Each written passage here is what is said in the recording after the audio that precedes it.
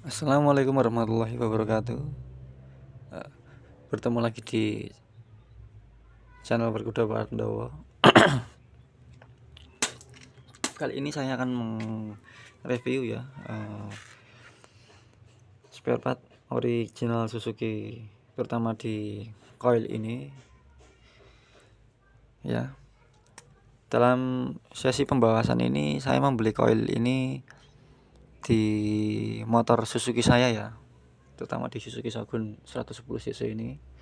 Motor jadul ya, motor tahun 90-an, 95 sampai 2004. Di motor ini dengan spare part Suzuki ini sangatlah langka sekali, terutama di dalam hal pengapian ya. Dalam hal pengapian mencari spare part original Suzuki ini sangatlah susah sekali, terutama di online, dan ada pun itu pun harganya juga sangat mahal sekali. Tentunya ini menjadi hambatan bagi yang mempunyai motor Suzuki ya. Alhamdulillah ketemunya saja dalam sesi pembahasan ini saya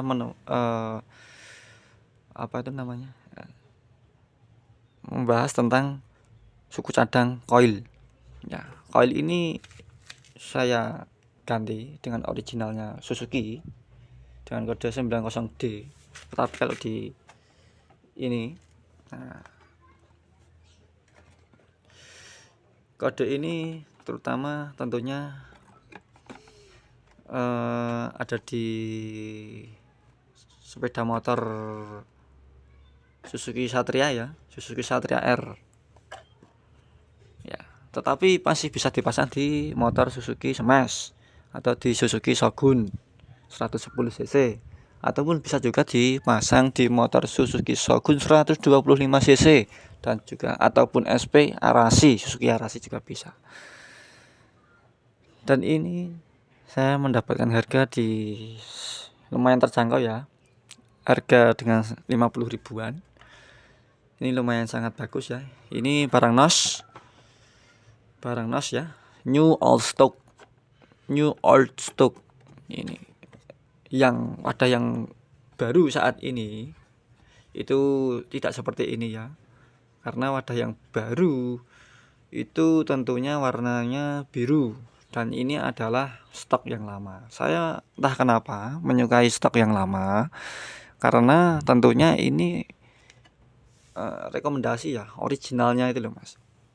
Sama seperti Suzuki Shogun bawaannya ini. Nah, ini bawaan di motor saya, karena keluhan di motor saya ini adalah ketika panas itu mati. Ketika mesin panas untuk berjalan beberapa kilo itu mesinnya mati. Setelah saya cek semuanya di pengapian, semuanya antara di pengapian CDI dan juga di di area pulsar tentunya itu sangat bagus semuanya ya mas Yas. Dengan secara gamblangan aja ya, saya mengecek dengan cara ini memakai lampu ya. Ini lampu LED ya, yang sangat terang. Kalau itu yang tidak mempunyai alat ya. Kalau yang tidak mempunyai alat tentunya bisa memakai dengan cara avometer ya. Diukur melalui nilai hambatan resistansi di perangkat elektronik yang namanya spool dan juga pulser ya. Memakai ini ya, caranya Anda putar di OHM ya, tanda OHM. Nah, kalau di motor Suzuki Shogun itu untuk pusher, untuk yang original ya, kabelnya yang untuk yang bawaannya motor itu masih berwarna biru ya. Itu adalah jalur pusher, yang putih adalah jalur pengisian, yang kuning adalah jalur lampu. Untuk cara pengecekan bagian ini harus disertai dengan data, yaitu dengan alat tentunya. untuk alat ini harusnya bisa saya cek. Ini kan saya akan mengetes untuk di pengapian ya. Tentunya untuk di pusher, karena keluhan motor saya ini tentunya ketika panas itu mesinnya mati.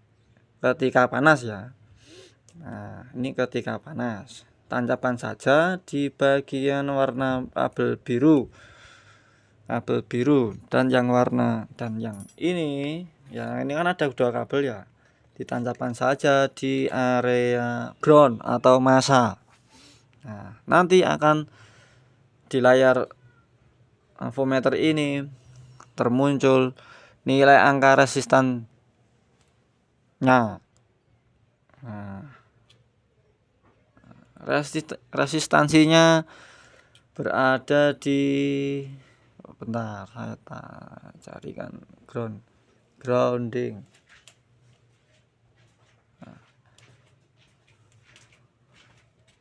Kok ana semut? Kayak ana semut iki. Apa iki kira enek kewane iki? Ya wis.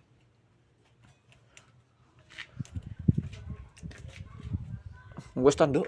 Gue diampuni. Nah, ini tercatat di angka 115 ohm ya, ohm resistansinya. Maka motor ini seharusnya masih bisa dipakai. Untuk pusarnya ya masih bisa dipakai. Ya. Itu.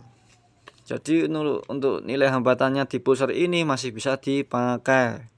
Dan cara pengecekan untuk di spool ini, nah, saya katakan ini saya pengecekan di pusar ya.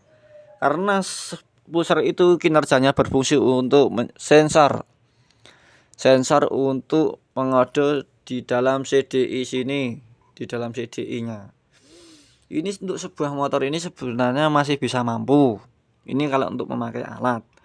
Kalau yang tidak punya alat, kita menggunakan feeling atau rasa dari sebuah motor ini mempunyai, yaitu menggunakan alat lampu.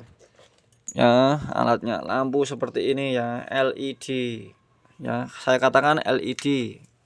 Karena kenapa? Kalau untuk lampu yang biasa itu tidak bisa menyala secara terang. Karena nilai listrik yang ada di sini itu sangatlah kecil. Ya, arusnya maksud saya ya.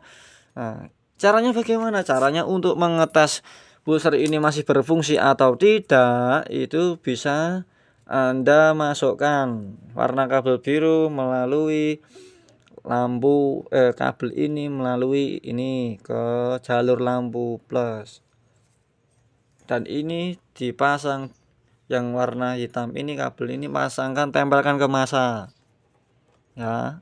Nah, seperti ini ya, saya taruh sini ya. Ini nanti pasti saya kickstarter atau di double starter, otomatis ini pasti akan menyala karena ini adalah lampu LED. Usahakan lampu LED ya. Ya. Contohnya seperti ini. Nah.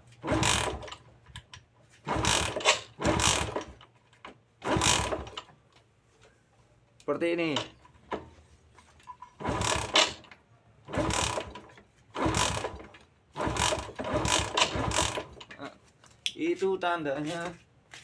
Itu tandanya booster masih bisa dipakai. Meskipun nilai resistansinya agak sedikit menurun, tetapi masih bisa dipakai. Kalau dalam pengecekan spool ya, ini kita bahas pengapian ya. Kalau dalam pengecekan spool, tentunya kita harus mengecek dari satu persatu kabel putih melalui jalur pengisian. Nah, ini ya, kabel putih ya, kabel putih ini, dan ini kabel kuning dari pengisian lampu kabel lampu ya, masuknya ke jalur nanti ke kiprok semuanya. Kita cek di kabel warna putih. Nah, karena kendalanya di motor saya ini adalah ketika saat panas itu mesin mati, dan ketika dingin motor kembali normal. Itu ya. Dan ini akan saya gunakan cara seperti ini agar supaya kalian tahu.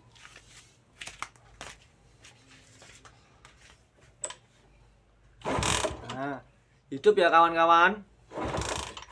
Nah,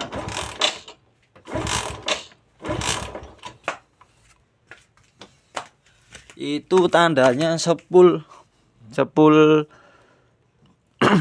dalam pengisian ini masih normal, dan juga di warna kabel kuning ya. Semuanya dicek ya teman-teman, namanya juga kelistrikan, harus sabar, telaten, cermat, dan teliti. Nah, ini di sepul kabel warna kuning yang di jalur sepul ya, yang di jalur sepul kita cek juga ya teman-teman.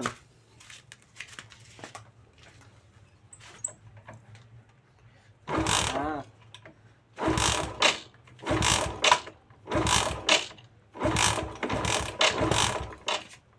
hidup ya teman-teman, hidup ya teman-teman. Jadi untuk di masalah sepul ini masih normal, dan di busernya juga masih bisa digunakan ya. Secara bodoh ya, kita sama-sama belajar juga, kita dengan cara bodohnya saja agar supaya kita juga paham, saya dan Anda pun juga paham semuanya. Setelah itu jalur di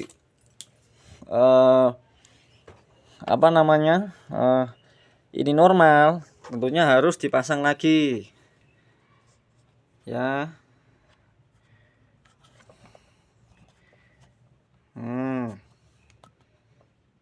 Jalur di sepul dan pulsernya wajib dipasang lagi. Nah, apa langkah selanjutnya?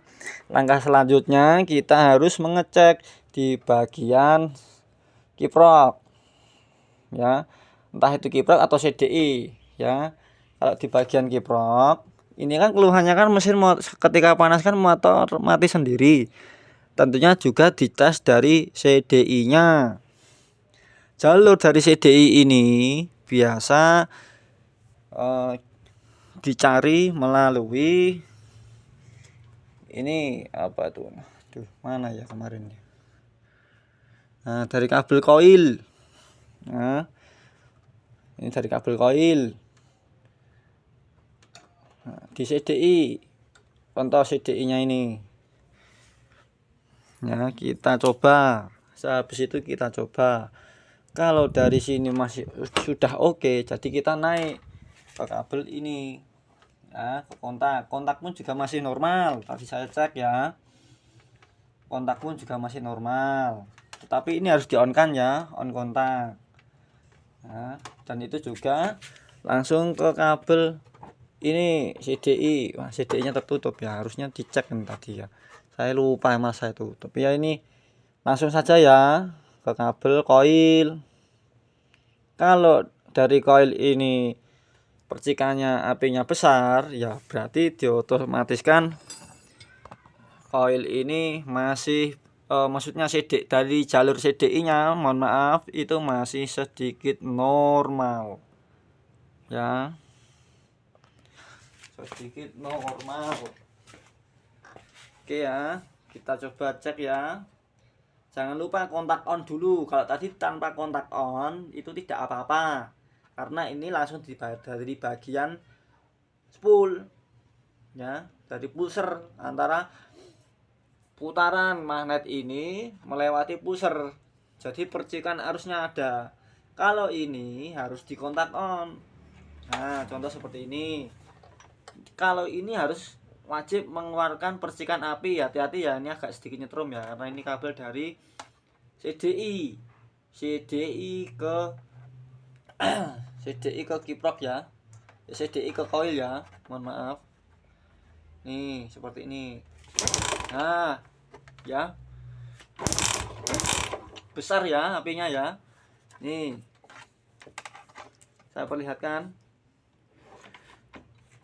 Nah,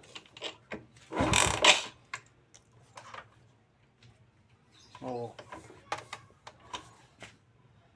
normal ya, tadi ada percikannya ya, berarti CDI nya normal, CDI pun normal. Nah Nah, dari CDI pun normal. Lalu ini pasang ke koil. Nah, harusnya hidup. Dari kabel ini, kabel koil ini harusnya memercikan api. Ya. Karena ini saya tidak mau nyopot-nyopot kabelnya. Jadi pastinya motor harusnya bisa hidup. Nah, seperti itu ya teman-teman. Nah, seperti itu ya teman-teman. Harusnya motor ini harusnya langsung hidup kalau itu normal. Seperti itu ya kawan. Jadi seperti itu jalur dari pengapiannya, dan tidak kalah lupa harus wajib pengecekan di bagian kiprok karena jalur ini menuju ke CDI. Ya, karena ini kabelnya 2. Dari CDI nyambung ke CDI dan juga masuk ke kunci kontak. Nih, ya. Ini yang dari lampu kuning tadi dan juga ke sepul. Yang dari ke sepul, ya. Nah, ini. Dan ini masa. Begitu ya kawan-kawan. Oke, sekian dulu dari saya. Mungkin apabila ada salah-salah kata, semua datanya dari saya, dan kalau ada yang benar semuanya dari Allah Subhanahu wa taala. Untuk kembali lagi ke materinya tadi, saya membeli produknya Suzuki yang tipe NOS ini karena sangat susah sekali. Saya mencari di toko-toko pun juga adanya cuma imitasi. Jadi ya daripada saya kerja 2 kali dengan harga-harga yang sangat murah, lebih baik sedikit mahal tetapi sangat awet untuk 10 tahun, jangka 10 tahun ke depan. Mohon maaf bagi para teman-teman semuanya kalau video saya agak sedikit membingungkan. Apabila ada pertanyaan silahkan Anda tanyakan di kolom komentar. Atau apabila Anda suka dengan video-video saya, silahkan like dan juga subscribe. Mohon bantuannya. Terima kasih untuk semuanya. Bagi kawan-kawan, tipe ini koil yang lama ya, ini koil yang lama. Nih, ciri-cirinya koil yang lemah itu ya ketika waktu mesin panas pun mati, Mas. Seperti pusher pun juga sama saja. Ketika panas itu juga akan mati. Assalamualaikum warahmatullahi wabarakatuh. Salam dari saya, Wardi Kudoro Pandowo.